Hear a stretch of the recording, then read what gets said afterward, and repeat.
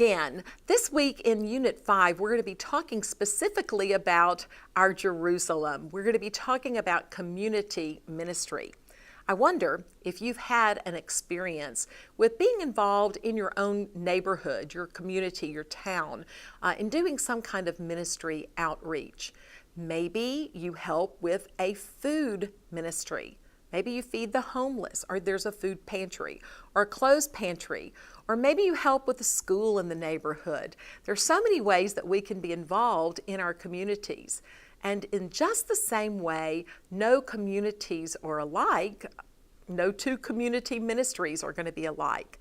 But in general, as we begin to pray about the needs of the people around us, the Lord helps us to see not only their needs, but oftentimes He begins to reveal to us our resources to be able to meet those needs. And that's one of the greatest joys of community ministry, is to see how the body of Christ, gifted and called and experienced in different areas, can then become the hands and feet of Jesus in a community filled with lots of needs.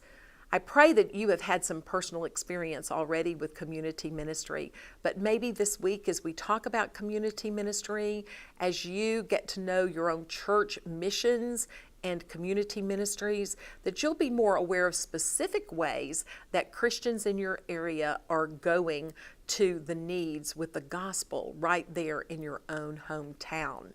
You know, one of the ways to figure out or identify the needs of the people in your area is just to find people like maybe a pastor or a minister or a social worker or a principal of a school or a school teacher who can begin to help you see some of the needs in your neighborhood, right where you are, the children in the neighborhood, the adults in the neighborhood, and they can help you to identify some of these needs.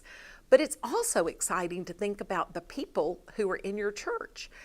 We might want to apply these principles of community ministry very specifically to our women's ministries in our churches. So who are the women in your church? What are some of these women doing professionally? There have been times in my women's ministry at my church that we've had ladies who have been social workers in the school systems, or maybe Christian counselors, or they have been principals of a school. And those people become amazing resources to help us not only identify the needs, but then to know what are some practical ways we can meet the needs. I'm grateful to be a part of a church in my own city who has a very extensive community ministry called Care Effect. So right here in the city of New Orleans, every Wednesday night, we have groups of members of our church who faithfully go out. They teach Bible studies in the Juvenile Detention Center.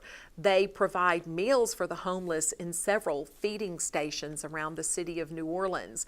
They stay at the church and pack backpacks, so that the kids at the nearby school who are on the food programs can take a backpack of food home every weekend and still have good food to eat. Groups of women go down to the French Quarter, where there is a ministry to women who are involved in the sex trade industry. So you just look around your own city and see the needs, and then know how can we begin to reach out and be a presence of Christ where these needs are. And as we go into our communities, God gives us the opportunity to take His gospel that can change their lives. So keep your eyes open as you walk around and drive around your own community this week, and ask the Lord to put your own community on your heart. God bless.